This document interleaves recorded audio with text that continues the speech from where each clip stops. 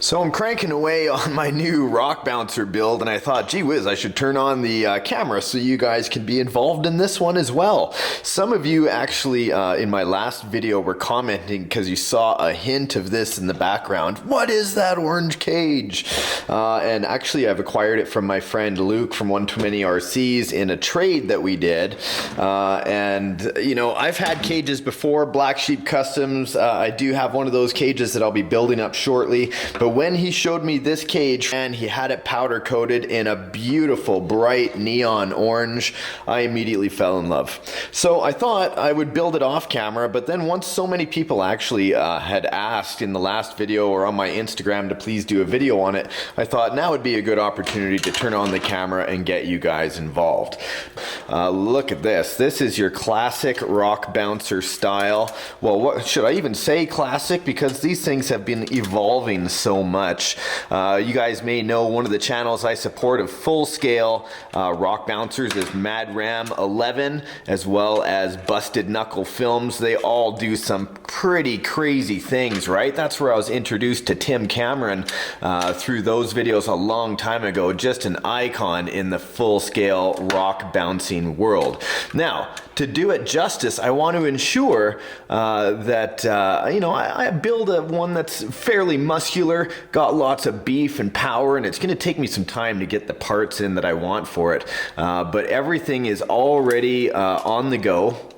You can see here, the reason I don't have a transmission in it is because this is a great opportunity for me to use the other two Bully 2 crawler axles I have that are actually motor on axles. Now, a lot of you may not be familiar with a setup like this, or some of you may be asking why I wouldn't be using a drive shaft setup to the axles, and those are both valid questions. This motor on axle actually has a built-in transmission right on the axle itself. This is the steering servo. Two of these axles are actually identical, and both of them I have set up with hand-wound 30-turn motors that are brushed, which give me some jam. This isn't the motor that I'm going to end up going with, though. In a few weeks I'll end up getting the motors that I want here, as well as the ESCs, but in the meantime I had set these axles up before. Everything is all aluminum. And I also have these hex extenders on the end, so when I set it up, the tires actually come out a little bit more. The waterproof servo on the front and the back will give me steering on the front and the back of the rock crawler. That's something that you usually see on a full-scale build for sure, and this is a good time for me to use these axles. Also, you can see that being dedicated rock crawler axles, I don't have a lot of hang up underneath. It's quite flat.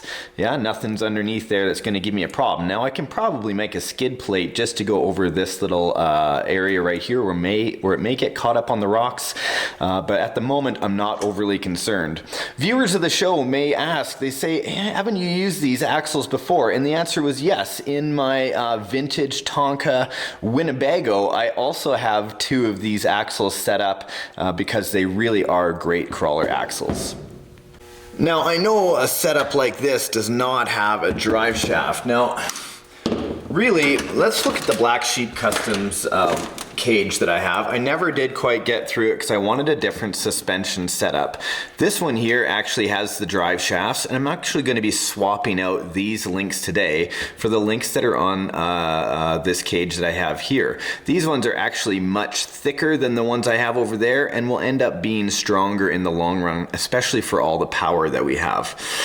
So this one here has a transmission in the middle. By eliminating this drive shaft, I don't have to worry about getting hung up here, nor do I have to worry about distributing power from the motor that's located in the middle of the chassis. Now, the way this is set up, I actually have to release the base plate or the bottom transmission mount plate where all these links are. The reason I have to do that is so I can access the screws for the back links, because unfortunately I'm not able to do that without removing it, but not a big deal. A lot easier to work on a 1/10 scale rig than it is a full size. Just tip it on its side and pull out 4 bolts and you're good to remove the whole bottom tray. Beautiful. Oh, that was easy. These awkward axle areas where you got to use needle nose, you just got to be careful not to let the nut slip, because once you start rounding it out in needle nose or vices like that, that's the end of the nut, right? You'd have to replace it.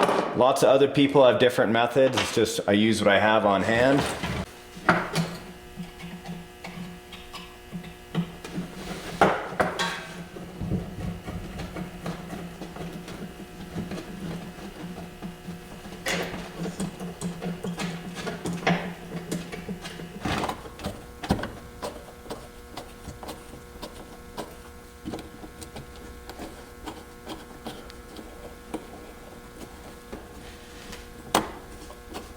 And multiply that by 2. Get the tools back out of the way. So then I've got to hook them up to the actual chassis plate, but only after I move the smaller ones. I'm actually going to look at getting an aluminum skid plate on the bottom for strength, and then I'll actually add some sort of Delrin flat plate so it is a skid plate as well.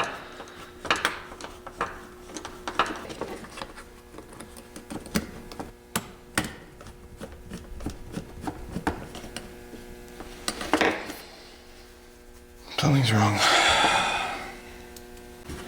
And some bad news that I figured out as I was putting these together. Just kind of doing a mock-up here. I took some shocks, some Proline shocks that I have, just to try to see how the links were going to mount up. And I have to say that the upper links that I was going to use, they're actually a little bit too long with the link mount on these RC four-wheel drive Bully 2 axles. So right now I don't have the upper links in, simply because I'm going to either have to source some to fit on this end right here, or I'm going to actually have to order some Delrin rod and build some, which really shouldn't be too hard, but it's too bad I just couldn't use the ones I have, all due to this link mount. Now I could add an extension off the front of this. That's another option I have to kind of make a more of a forward link mount, but then again, you know, that's just one more hang up point. So I'll see. Well, fast forward a few steps and here we go with a mock-up. Now, everything is not set up even close. In fact, I only have one shock on this side to give us an idea. Everything here is not even attached. It's like a magic trick. But not being the final shocks, you know, I don't have the lengths quite right yet. And also, I've noticed, though I like the way this belly has plenty of clearance and how I've been able to clock my axle back a little bit, that doesn't affect my rear steer at all because I have clockable steering as well. But on it comes back quite far, and then it's a little bit stubby up front. So I'd like to see this move forward about, you know, maybe a half an inch, just to kind of line it up a little bit better with the back. I did think about doing trailing arms. I will have to check into that for options that are out there, but I can say, you know, on inspecting and studying these rock bouncers in full size, a lot of them are running a linked setup and not trailing arms. Though I really like the stance of this truck, I think a little bit more of a forward axle would definitely give me more of a climbing ability, especially you know, going over rocks and uneven terrain, though it does look pretty darn gnarly already. So I want to source out some proper shocks, the proper color, want to get some different tires on there as well. These would be great as they are, but I think something a little bit more aggressive would look pretty gnarly. And overall, finding the links, that's the beauty of having motor on axles. If you want to change the wheelbase, all you really have to do is change the length of your links. I was so stoked to use these ones though. Maybe I can still use the lower ones and you know, put some longer rod ends on these, and maybe I can extend it out that way. So guys, thank you so much for tuning in today. Hopefully you're inspired to try out the radial control hobby from watching RC Adventures. Always fun, always tinkering and fiddling and fabricating and doing different things. That's what the hobby is all about for me. And then of course, getting outside to have some fun with the radio control hobby. Guys, if you love the build, please give us a thumbs up down below. If you have any ideas or comments or suggestions that you'd like, leave those up down below as well. And if you're a subscriber or part of the notification squad, of course, we will see you in the next episode of RC Adventures. Thanks for tuning in, guys.